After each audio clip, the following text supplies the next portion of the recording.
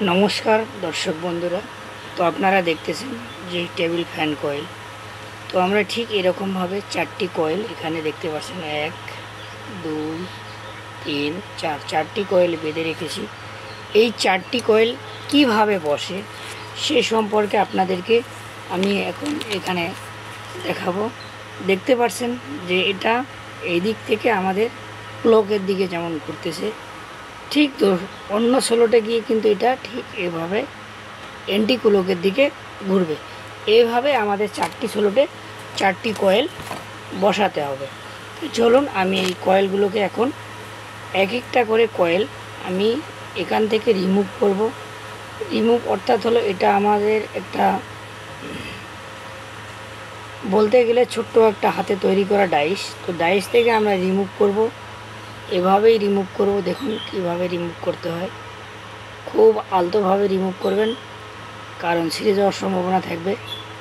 যাতে ছিঁড়ে যাওয়ার সম্ভাবনা না থাকে সেভাবে রিমুভ করে নেবেন। আর রিমুভ করে নেওয়ার পরেই আমরা বসাতে শুরু করব। তো অনেকে আগে রিমুভ করে নিয়ে রাখেন, আমি রিমুভ আগে করিনি, কারণ আমি এখনই শুরু করলাম এবং এখনই কাজটাকে আপনাদের সামনে উপস্থাপন করব। একদম যেভাবে লাইভ করা হয় সেভাবেই উপস্থাপন করব, সেজন্য আমি আগে থেকে রিমুভ করিনি।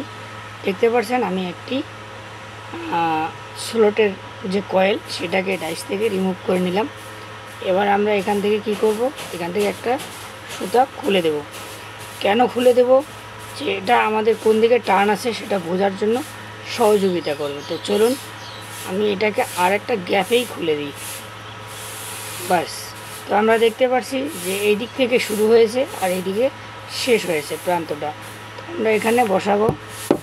এটা ফার্স্টের কয়েলটা আমরা যে কোনো দিক থেকে বসাতে পারি, এটা নিয়ে তেমন কোনো বাধ্যবাধকতা নাই। দেখতেই পাচ্ছেন আমি এখানে ফার্স্টের কয়েলটাকে বসাচ্ছি। যদিও আমার ক্যামেরাটা একটু উল্টা দিকে হয়ে গেছে, তো আমি চেষ্টা করছি আপনাদের বসানোর পরে দেখানোর জন্য। কেননা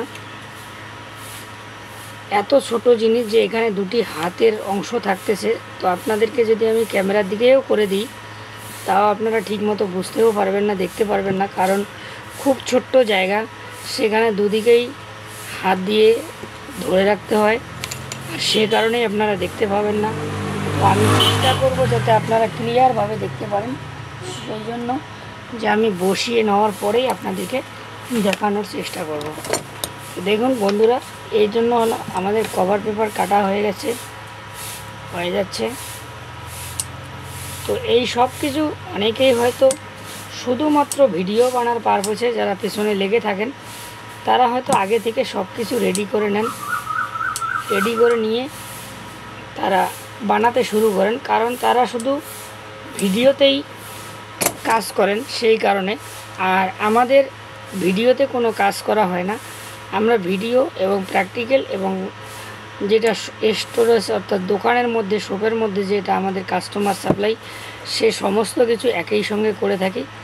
তো সেই কারণে আমাদের আগে থেকে সেটা সম্ভব হয় না। তো দেখতে পাচ্ছেন আমার স্লোটের দিকে একদিকে বসে গেছে। তো আমি আপনাদেরকে এখন দেখাবো কিভাবে একদিকে বসে গেছে আর কিভাবে অপর দিকে আমি বসাবো।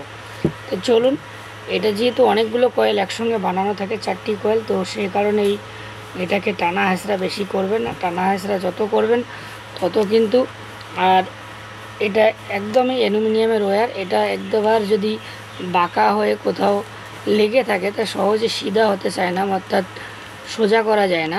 তো সেই জন্য এই ওয়্যারটাকে যত টানা হেঁচড়া কম হবে তত কিন্তু কয়েলটাকে দেখতে একটা সৌন্দর্য দেখাবে।